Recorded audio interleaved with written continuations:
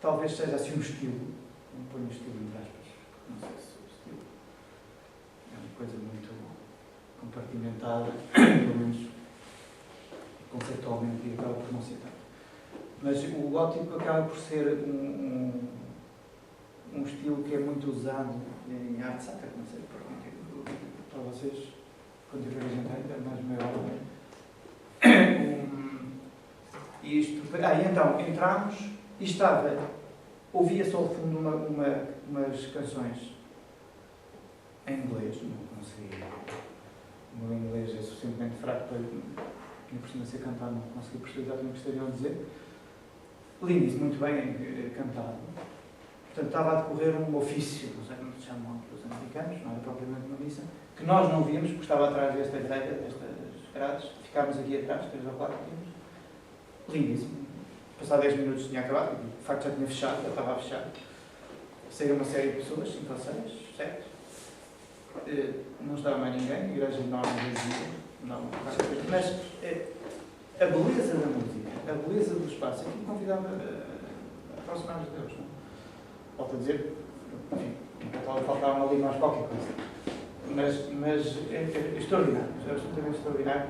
E esta igreja tinha uma coisa engraçada, que tinha uma riqueza espacial, isto é o transepto, tinha aqui outro estilo, misturando, então, tudo isto estava uma riqueza espacial de descoberta também, isto é mais do ponto de vista arquitetónico. Encontrei em várias igrejas, talvez um bocadinho mais recentes, a riqueza também de espaço e de descoberta, não imediata, mas irmos descobrindo ao pouco as coisas, também são marcantes. Isto é também um contraponto. Isto é em Liverpool, uma igreja neogótica, então neo foi acabada em 1970 e tal, mas que isto é uma loja e aquilo é um bar ali em cima, não é? Pronto. Quer dizer, deixem-nos rezar, não é? Se querem fazer bar, há tanto sítio aí fora, não é? É claro, eu percebo que eles têm aqui uma área enorme, vazia, isto é, não é? Cheio de turistas. Isto também é outro ponto, uma coisa ótima, uma peça extraordinária, mas acho que isto aqui está a mais. Quer dizer, isto é em Leuven, portanto, não a francófona, mas a outra, a flamenga, que é uma peça engraçadíssima, é umas palmeiras a fazer o púlpito e tal, mas quem está a rezar aqui apanha um susto, tem que rezar aqui para a frente, não é? E, portanto, acho que o excesso tem que ser trabalhado com muito cuidado.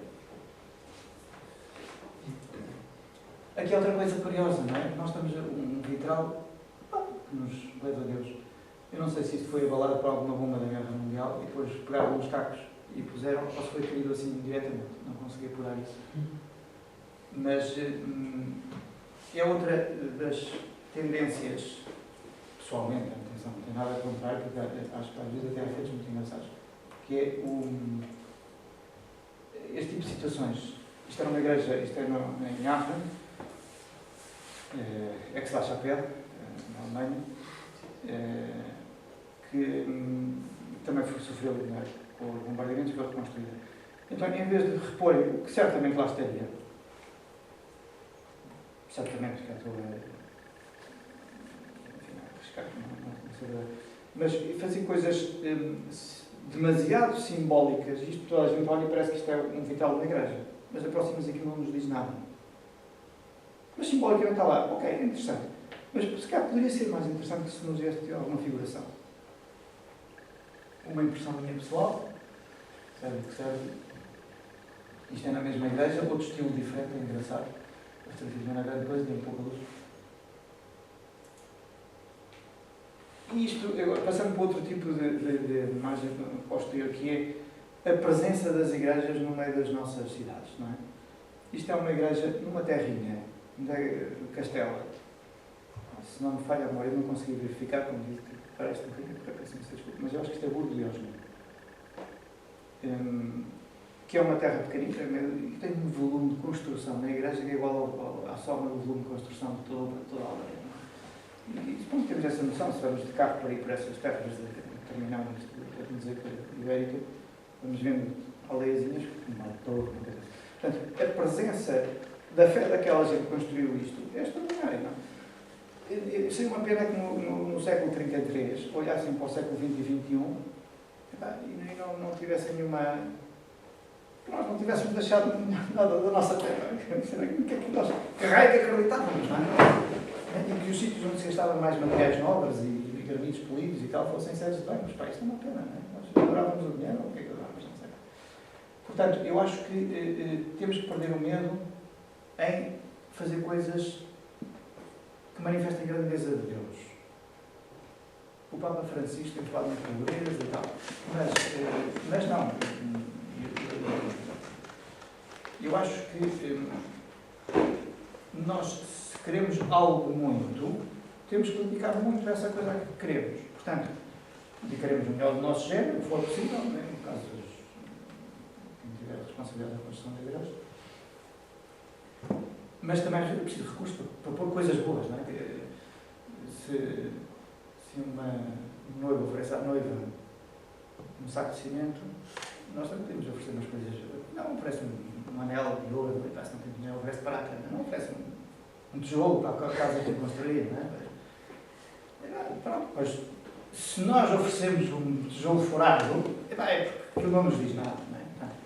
E isto é a fotografia no interior da igreja da Catedral de Burgos, que é uma coisa muito interessante, e acho que é esta zona transparente. Isto é vidro, isto é entre a luz, por aí, muito significativo, cheio de piada, enfim, e volto a dizer, toda a riqueza que aqui está é uma riqueza que nós podemos ter. Será excessiva. Quando dizia que era excessiva aquele púlpito, porque me parecia desproporcional naquele sentido, as coisas estão muito mais, apesar de uma riqueza exuberante, excessiva não, carregada, está correta, está proporcionada. Aqui volta a haver outra situação dessas, assim, a mais conhecida é da Catedral de Toledo. Por acaso não tenho interior, também quando lá estive estava fechado, mas que tem o famoso transparente de Toledo, que é conhecido, é um sítio por onde entra uma bola de longa à luz, no meio de uma catedral gótica que chama muita atenção. Isto, voltamos outra vez à Inglaterra, isto é neogótico. Aqui para não me enganar, 1840 e 1846 é construído por um arquiteto muito conhecido na Inglaterra, que é Pugin, que era católico. E foi um amigo meu em inglês, disse, tu como arquiteto tens que ir. Eu por cima estava a construir esta igreja, foi há 2 ou 3 anos. Tens que ver porque isto, todas as igrejas deviam ser assim. Não era arquiteto, professor. E vem entusiasmadíssimo mostrar-me esta igreja. A igreja, de facto, é interessante, é engraçada. A meu ver, é um bocadinho recarregada e digo que talvez tivesse algo. Esta é católica. O Pudgin, não, exatamente. Escreve-se Pugin. Escreve-se Pugin, mas Pudgin, sim. Ele converteu-se. Ele era anglicano e converteu-se também. Exatamente. Este homem tem muitas igrejas construídas naquela zona de Inglaterra, norte de Inglaterra. Isto para dizer que aquele homem que me estava a mostrar isto dizia que isto é extraordinário, tem 6 igrejas assim. Talvez, se calhar, pareceu-me também excessivo não havia 1 centímetro quadrado aqui que não estivesse pintadinho e tal. Voltamos à mesma catedral que tínhamos visto há bocadinho com o lugar lá no meio. Isto é a catedral neogótica também de Liverpool. Esta é anglicana. Já agora sobre Liverpool, uma coisa, não sei se é esférica, isto é para disfarçar a minha ignorância em outros temas mais académicos, mas conto assim impressões de viagem. Em Liverpool é a cidade onde há mais porcentagem de católicos por causa do êxodo dos irlandeses na altura da grande fome. Um problema da batata e tal. E então tem, a pessoa que me estava a explicar isto dizia que tinha 50% católicos. Não sei se será verdade, não, mas ele era católico, me estava a explicar. E então tem uma coisa curiosa que é, no começo do século XX, não havia catedral, não sei se esse nome, nem anglicana nem católica. E ambos queriam construir a sua catedral. E houve ali dificuldades, e falta de dinheiro, e depois a Primeira Guerra, depois a Segunda Guerra, e depois a Terceira, então houve imensos projetos para ambas as catedrais, que foram andando umas atrás das outras, no caso da Católica ainda mais chamativa. Já vou mostrar a Católica.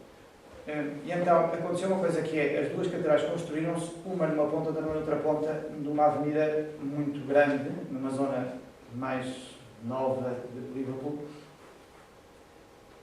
E a meio da avenida está uma estátua dos dois patriarcas, dos dois bispos, os dois bispos a abraçarem, porque eram muito amigos um do outro.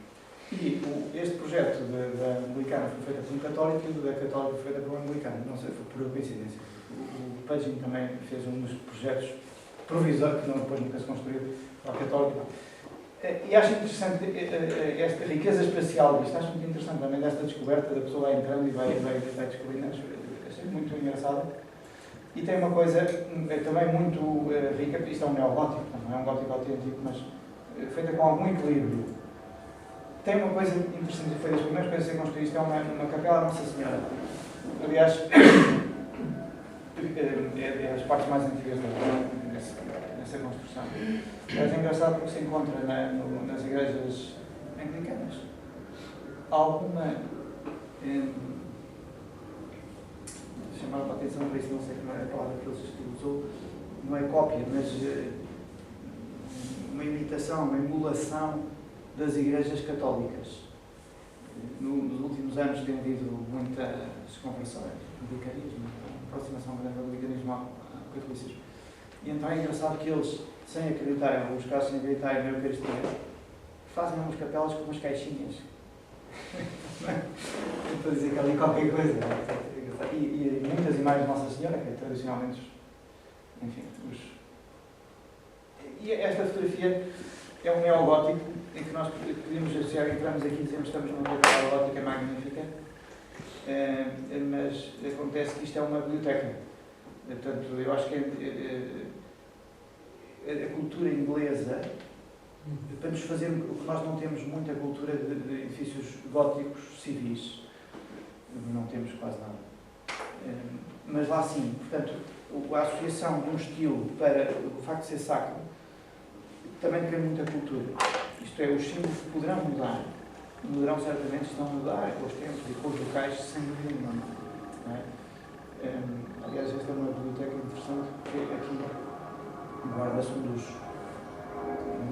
dos papiros mais antigos do Evangelho de São João, que está datado, eles têm dificuldade em datar antes do ano 100, porque iria contra as teorias de que o Evangelho de São João foi escrito antes do ano, volta do ano 100.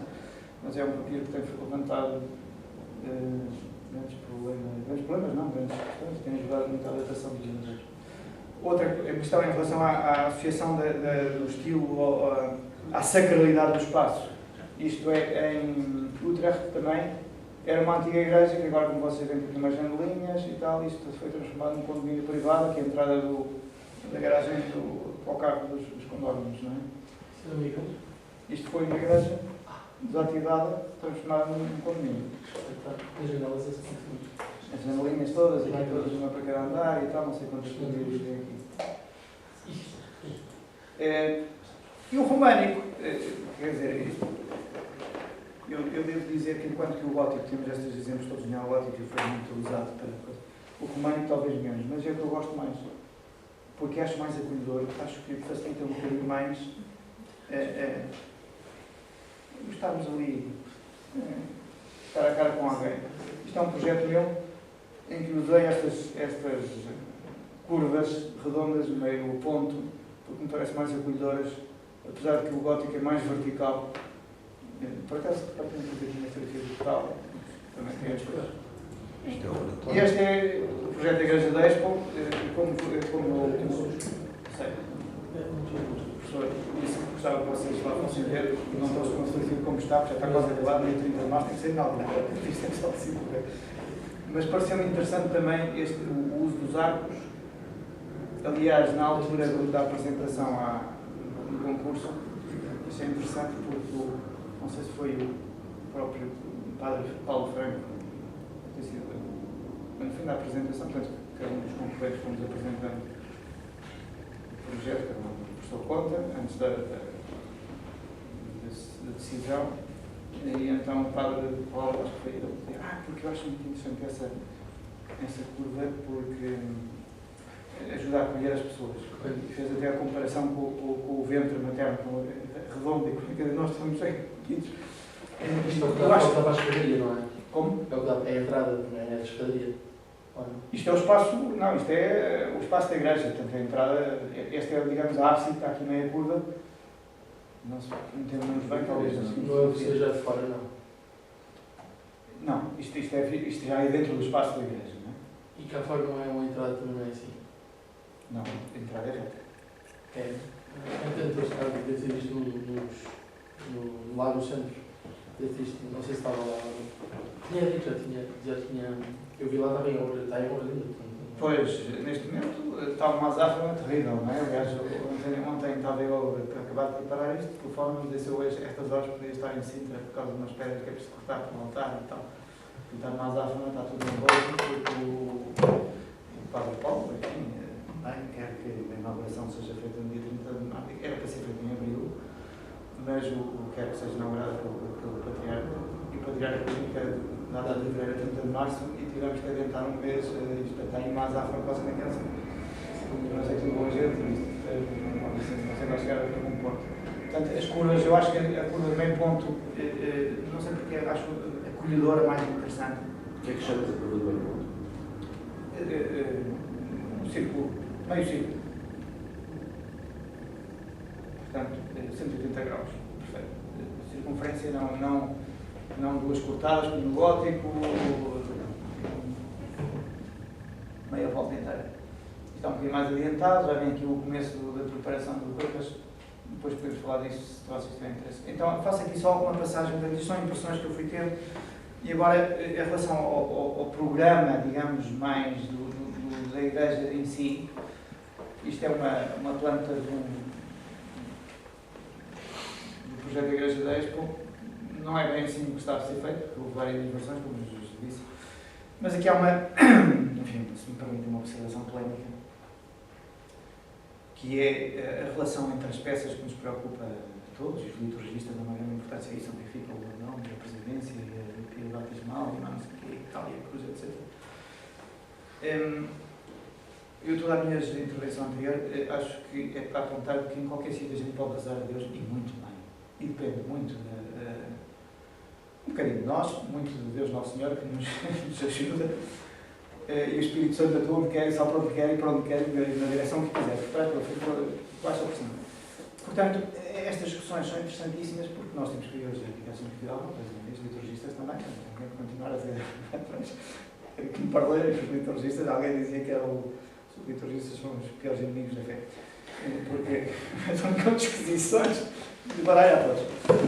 E eu esqueço que se preocupem mais com as coisas de Deus e se esqueçam do Deus das coisas. Mas, pronto. E uma espécie de cenografia. Mas é importante, eu estou assim, está caricaturado, mas é importante. Então eu posso-vos transmitir um bocadinho a minha experiência, a minha perplexidade, à medida que o projeto foi avançando e as dificuldades que me surgiram. Por exemplo, interrompam-me, perguntem se querem. Aqui, na altura do concurso, foi-nos apresentado um texto deste senhor, como é que ele se chama? Que tínhamos escolhido todos os que íamos fazer o projeto. Maurício Bargamo, de Spazio Celebrati. Acho que eu estava a traduzir em português, porque o italiano não sei como é. E então falava de uma série de coisas da axialidade, que era importante a porta da entrada, a pia batismal, a mesa da Eucaristia, a mesa da palavra, a presidência, tudo em linha reta.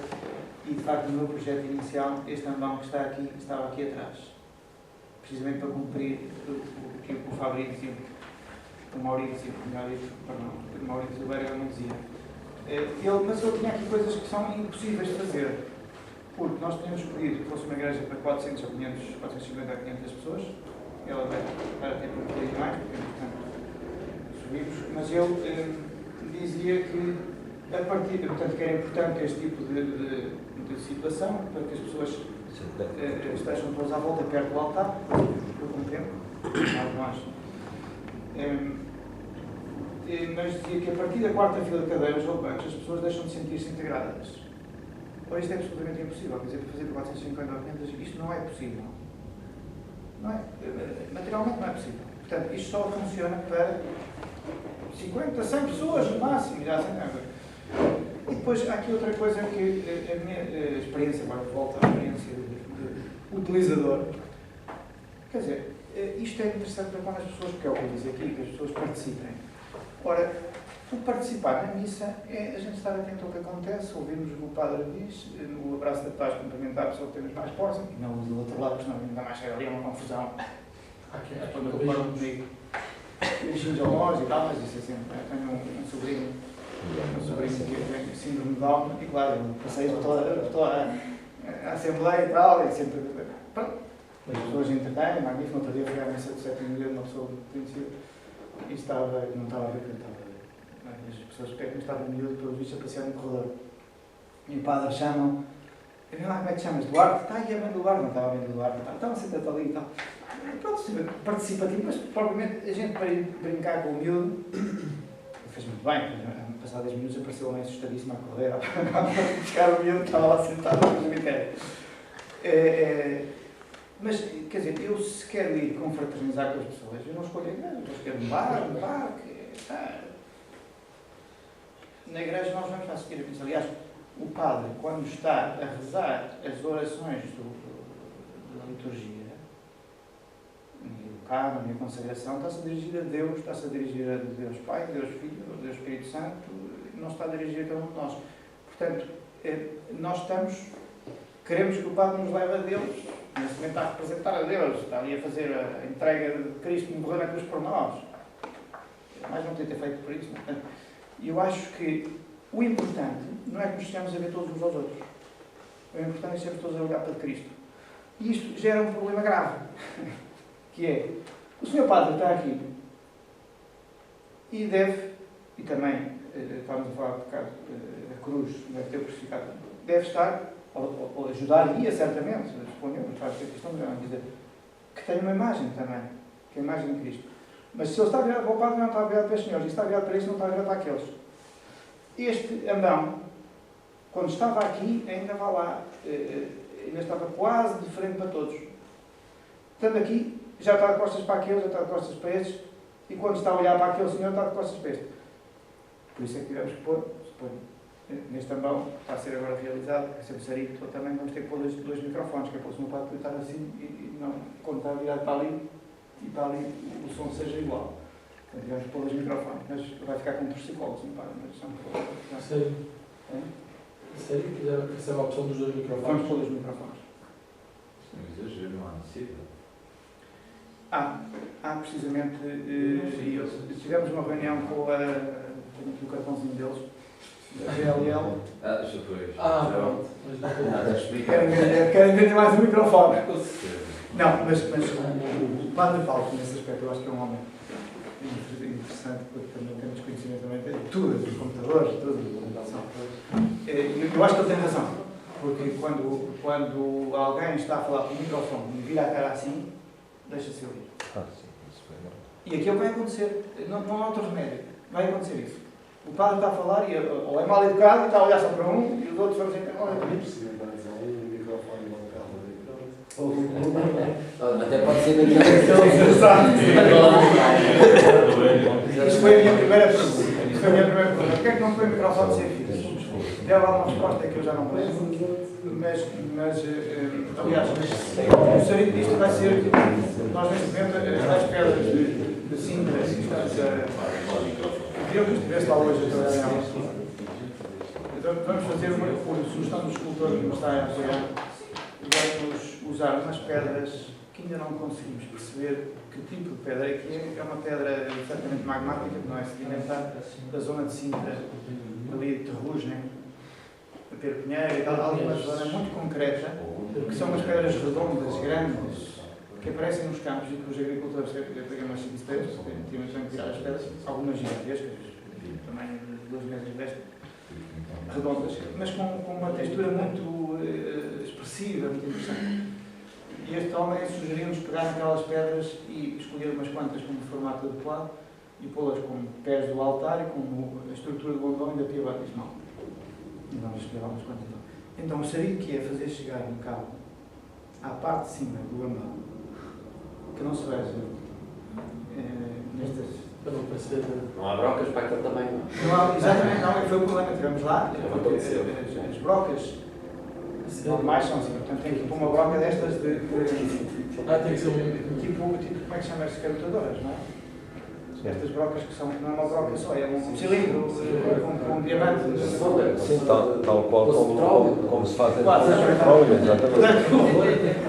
Não, e telefonou ontem e falou, Sr. Presidente, isto, fizemos o furo e agora está a saber de um lado para o outro, porque a pedra, não por acaso era outra pedra, era um bloco que escolhemos de brecha, não sei se tem algum interesse, não sei. Escolhemos uma claro, tudo isto, como não havia dinheiro, o Padre Paulo e a equipa toda andam à procura de gente que nos ofereça dinheiro e coisas em espécie. Já lá as pessoas estão postas nas quadras. Evitem ao máximo, eu tinha sugerido isso, mas não acreditar, que quando há ofertas em espécie fica mais caro. Fica mais caro.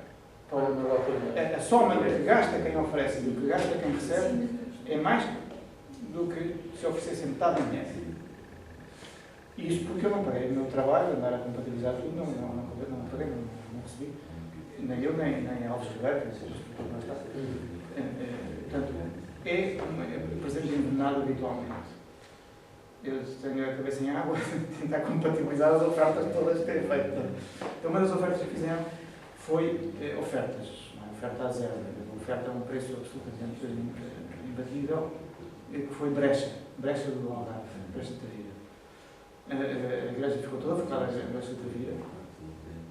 Isto não estava aqui previsto para dizer, mas se vocês se têm interesse em conhecer o projeto, estes processos como nós podem ser inseridos lá e passam por cima e continuar um bocadinho na ideia das experiências, problemas que eu tive do ponto de vista litúrgico ou funcional ou programático.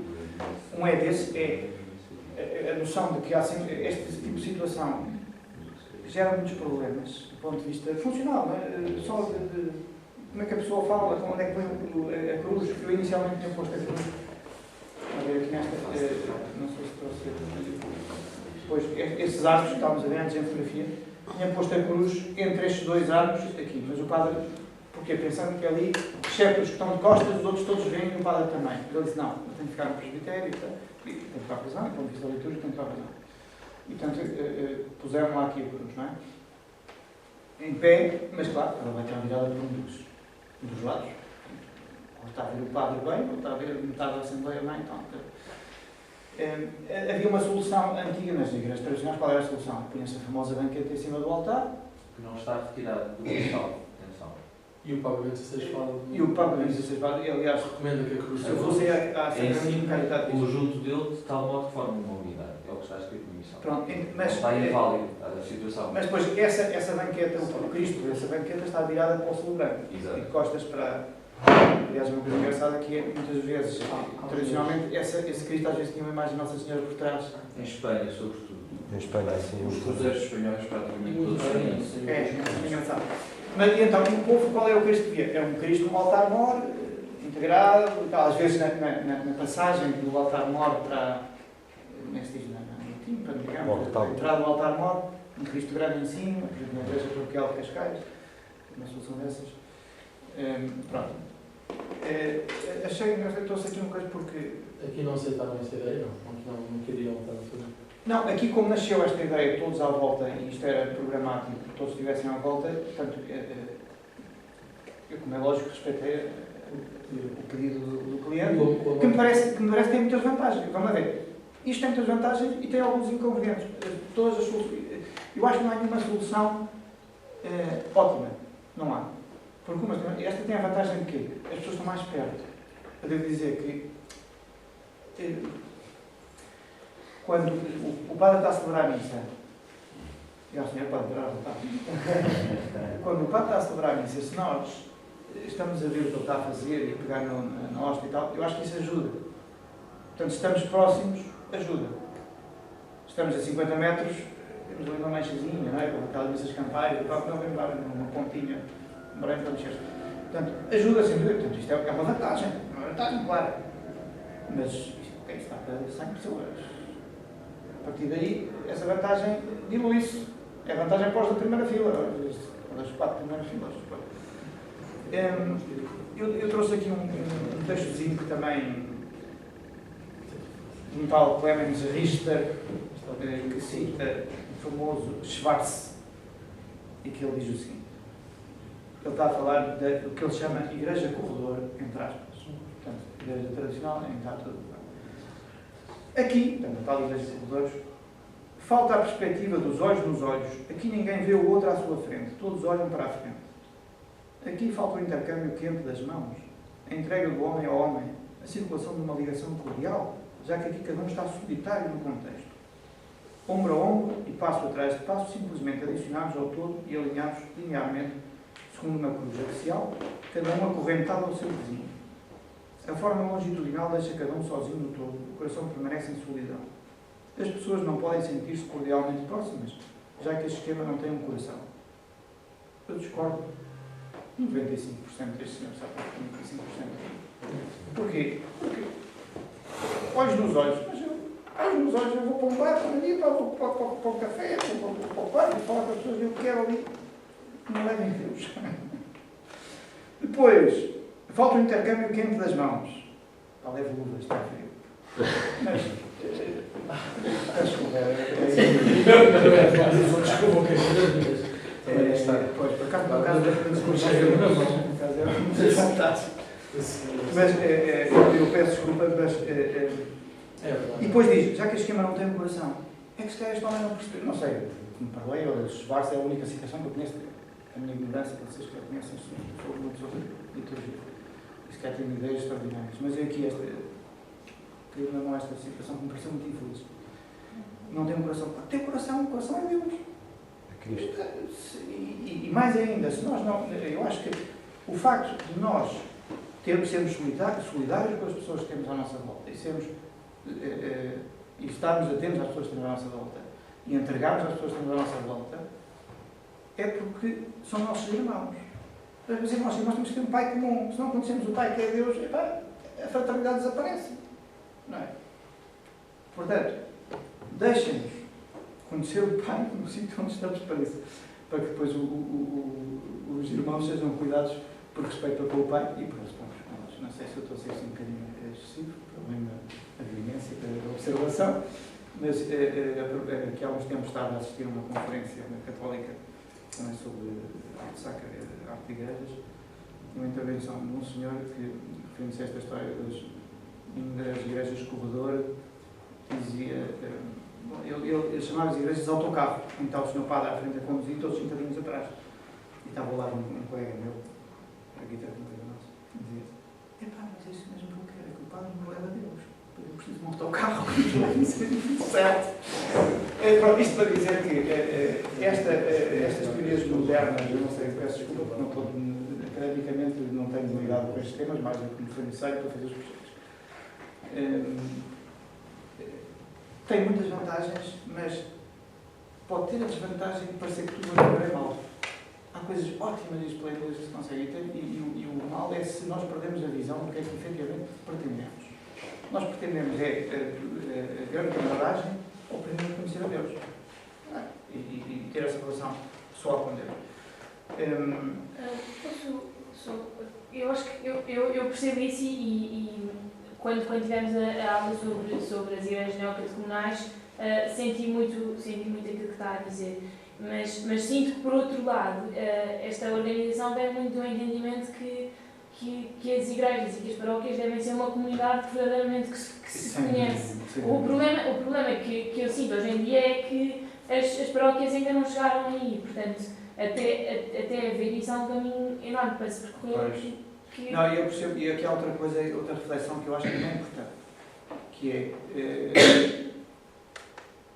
enfim, intuição pessoal, que é, antigamente, quando não havia metropolitano, autocarros, gasolina, e só havia burros e as pernas, as pessoas não andavam mais do que uns X quilómetros. Portanto, nunca ninguém passava pela cabeça ir à missa a outra igreja. Portanto, já sou para. Hoje em dia, em Lisboa, é raro, é raro.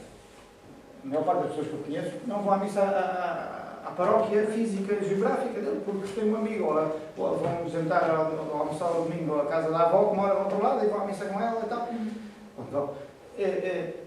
Ou o seu padre da igreja e tal, que eu gosto imenso, vou lá ouvir a medita. Portanto,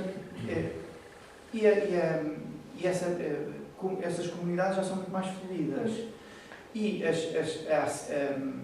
eu trouxe aqui outro livro, também a propósito disso, não tem nada a ver com liturgia, do Lewis. Vocês conhecem Screwtape Letters? Foi traduzido em português, não sei porquê, vorazmente teu, lutado pelo livro. Este senhor... Cartas de Malapada. Conhecem? Agora houve uma nova edição em que o título mudou, não sei porquê mudar o título, e acho que se chama As Cartas de um Diabo ao seu Sobrinho, acho que é assim que se chama. Essa edição espanhola, que é muito anterior à portuguesa, esta portuguesa tem poucos anos. Eu li a primeira vez em espanhol, não em português. Foi traduzida assim, Cartas do Diabo ao seu Sobrinho. Alguém... Toda a gente conhece?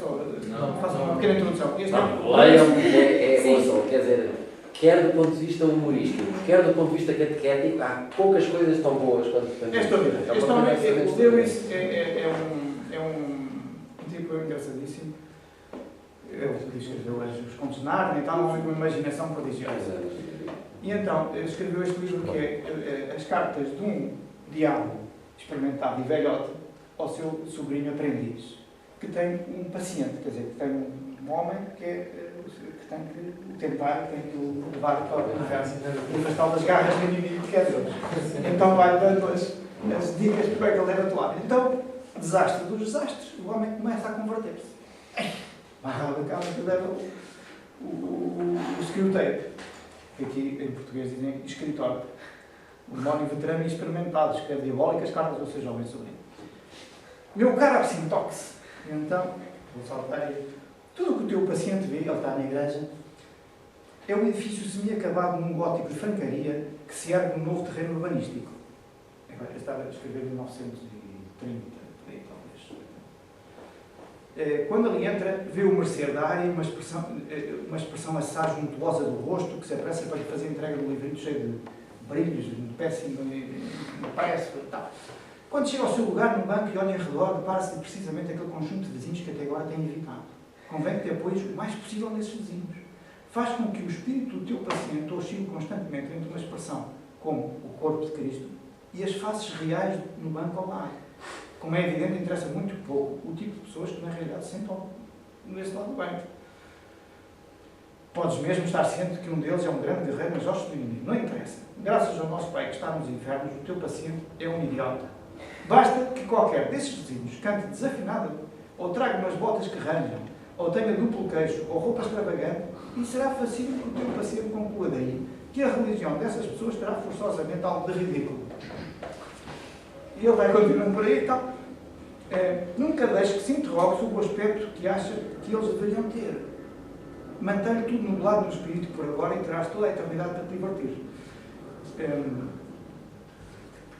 Tenho estado a escrever até este momento na presunção de que as pessoas do banco ao lado não apresentam qualquer motivo racional para decepcionar. Claro que se for esse o caso, se o paciente vem a saber que a mulher com o chapéu absurdo é uma jogadora fanática de bridge, ou que o homem das botas que arranja é um avarento e um extorsionário, então torna-se a tua tarefa muito mais simples. Tudo o que terás a fazer será manter-lhe afastado do espírito da pergunta: se eu, sendo o que sou, me posso considerar de algum modo um cristão, porque haviam os diferentes vícios das pessoas do banco ao lado de provar que a religião deles é mera hipocrisia e convenção? Poderás perguntar se será possível impedir que pensamento tão óbvio ocorra a um espírito mesmo humano. Mas é, Absintox, é! Isso é engraçadíssimo, é um conhecimento do espírito humano extraordinário. E é o que acontece, quer dizer, se nós estamos a assistir à missa, estamos a ver o padre aqui, no lado lá, ali um tipo a meter no nariz, o outro tal, a criancinha não sei o quê, a velhota que a gente está sempre chateada, como nos apanha na rua, estamos a olhar para ela. Somos assim. Portanto, deixem-nos estar aqui. O que acontece eu não sei se fui um bocadinho mordaz nas minhas observações. Eu acho que não, e é uma coisa que eu tenho pensado muitas vezes. O Concílio fala da participação ativa, que não se explica o que é que isso significa ou não. Concretamente, não fala desta participação ativa. O que é? E eu questiono muitas vezes esta necessidade, de facto, de estarmos. Eu não discuto, e isso para mim é absoluto, até pela experiência pessoal, eu sou padre, de que o altar é o centro. Isso para mim e que de facto a Assembleia e todos estamos em torno do altar. Agora, que isso implique toda uma relação mais ativa com o que está do lado, eu não sei se o caminho passa por aí, porque em 2000 anos de história, quer dizer, esta concepção da comunhão de uma Assembleia, que é comunhão, que é participante, etc. A minha questão é sempre olharmos para o passado como se isso não tivesse acontecido. O que eu acho que as pessoas pudessem não ter um conhecimento tão profundo, isso é verdade, mas apesar da Bíblia estar traduzida, apesar dos textos serem lidos em português e tudo mais, as pessoas não ouvem, as pessoas não. Eu faço uma pergunta, seja às crianças, e que são as que estão mais atentas, porque já estão previamente sobrevividas em relação às coisas, mas as pessoas já não se lembram da leitura sobre quem é que foi feita, ou o autor da leitura, ou uma palavra, uma frase, repete-se tanto, ou seja, acho que andamos a gastar às vezes muito tempo com esta dimensão de estarmos de frente, de estarmos em comunhão, porque isso é curioso aquilo que disse, não é? A comunidade tem ricos, pobres, gente que não gosta uns dos outros, etc. E todos são chamados à participação e à celebração da fé. Sim, e agora eu acho que efetivamente esta situação do Euros, eu acho que tem a ver com isto que e por isso é que achei a piada, lembrando de trazer, ainda hoje de manhã vir para cá para procurar o livro, porque só a fé é que nos faz aturar os inaturáveis. E há inaturáveis por natureza, não todos somos... Eu diria... E, portanto, se nos estão a tirar a dimensão da relação com Deus, no momento em que ela é mais viva, que é no momento em que estamos ali a assistir à entrega de Cristo na cruz outra vez... Uma coisa muito curiosa, o concílio intui de alguma maneira este puxar o altar para a frente. À sexta-feira, habitualmente, eu celebro 5 pessoas. 2 estão no coro, estão mais ou menos perto de mim, e estão 3 pessoas na Assembleia. Uma está, tipo, 4 bancos depois do altar, e as outras 2 estão mais 3 ou 4 bancos depois das outras. Portanto, as pessoas escolhem um lugar onde se sentem, de facto, confortáveis. E esta ideia do altar próximo é muito relativo. Porque quanto mais a gente puxa o altar, mais as pessoas se afastam. Isso acontece aqui nas aulas da universidade, geralmente nas escolas e tal. Tem que dizer sempre para a frente, não é? Esta relação ao altar próximo da Assembleia, de que proximidade é que se fala? Se é de facto da relação da pessoa com a experiência celebrativa, ou se é esta necessidade tão física. Eu questiono muito disto. Porque ainda ontem, mas já não sei quando é que era, tocava ao sino e as pessoas concentravam-se na ação litúrgica da consagração. Não é?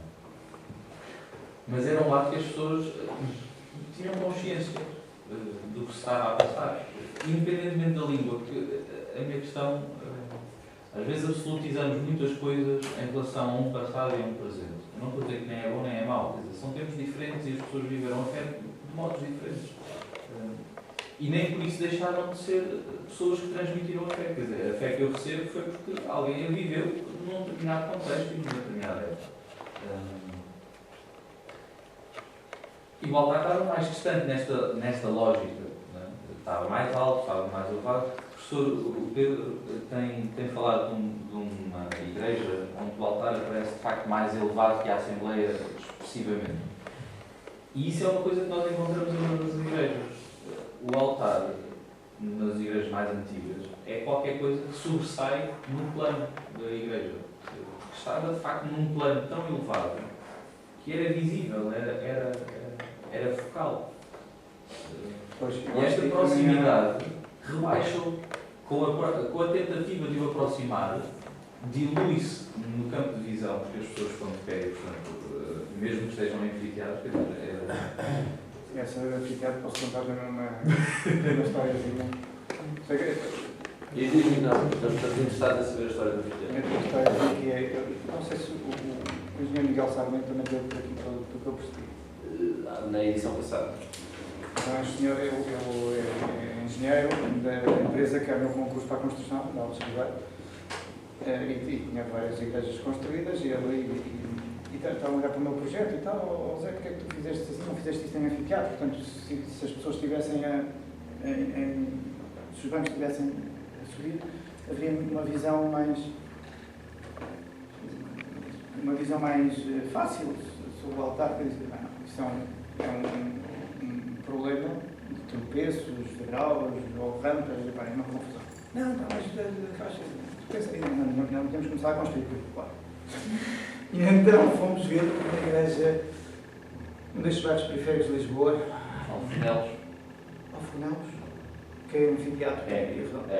Então fomos lá e tal, eu fiz isso, então estávamos os dois assim a olhar para as coisas, eu digo, lá está, uma velhinha assim simpática, que se aproxima. O senhor é arquiteto? E eu perguntou ao engenheiro. Eu não, eu sou engenheiro, mas o senhor é arquiteto. E está a fazer, fez aqui a igreja? Não, mas... olha, nunca faça uma igreja em anfiteatro. Veio aqui uma senhora amiga minha, logo no primeiro julho, tropeçou nesse degrau que está a ver ali, partiu a perna, nunca mais cá veio. Resolvido o problema. De facto, é um problema Surreal, aquela é surreal. Eu só queria, desculpa dizer uma coisa, é que tenho dado conta, quer com algumas das aulas do Padre Luís, quer com a aula do Padre João Marcos, quer agora com essas críticas que o Zé Maria fez, e digo isto especialmente aos arquitetos, não é? Que há aqui nestas afirmações da axialidade, da proximidade do altar, há aqui uma enorme falta de conhecimento de arquitetura. Porque, quer dizer, e até relativamente aos efeitos que tu apresentaste do facto da capela do Newman ser uma capela agradável e da outra capela na casinha também ser uma capela agradável e aparentemente não tem arte nenhuma, não tem iconografia nenhuma. Como é que isso funciona e porquê é que isso funciona? Quer dizer, nós hoje, eu ouço estas coisas e percebo, quer dizer, há razões experimentais da arquitetura que me dizem isso. Percebe? Porque é que aproximar o altar das pessoas faz com que as pessoas se afastem? É uma coisa que está estudada, chama-se prossémia, percebem? Quer dizer, os arquitetos que leram o livro do Edward Thiol da dimensão oculta, percebem que há determinadas relações que pedem determinados espaços. Quando eu estou a falar com uma pessoa que conheço mal, se ela se aproxima de mim, eu dou um passo atrás, não é? Porque há espaços para fazerem essa relação. Ao nível este estar orientado para o altar, isso também é verdade, mas as coisas têm que ser pensadas, quer dizer, eu acho que ganho, quer dizer, quando as igrejas não tinham bancos, quando eram aquelas igrejas paleocristãs que não tinham bancos, as pessoas dispunham-se não em semicírculo, mas em arco, um ligeiro arco, relativamente como estão numa manifestação ou numa coisa qualquer, em ligeiro arco relativamente ao orador. O que é que isso faz? Faz com que eu veja pelo canto do olho a outra pessoa que está ao meu lado e o interesse que ela tem. Isso, de facto, é uma coisa que me mobiliza. Mas não ganho nada em ter uma pessoa à minha frente. Não é à minha frente, eu tenho que ter no canto do olho, percebem? Portanto, esta disposição assim, de facto, não me parece uma disposição inteligente. Contudo, uma disposição com um ligeiro ar, como acontece normalmente nas disposições de uma manifestação, essa sim já tem alguma vantagem e já gera essa participação. Já me sinto ajudado por ver ou ouvir pelo canto do olho a pessoa ao meu lado que está a falar ou que está a ver, e se eu estou distraído, sinto ali, é como se eu estou distraído,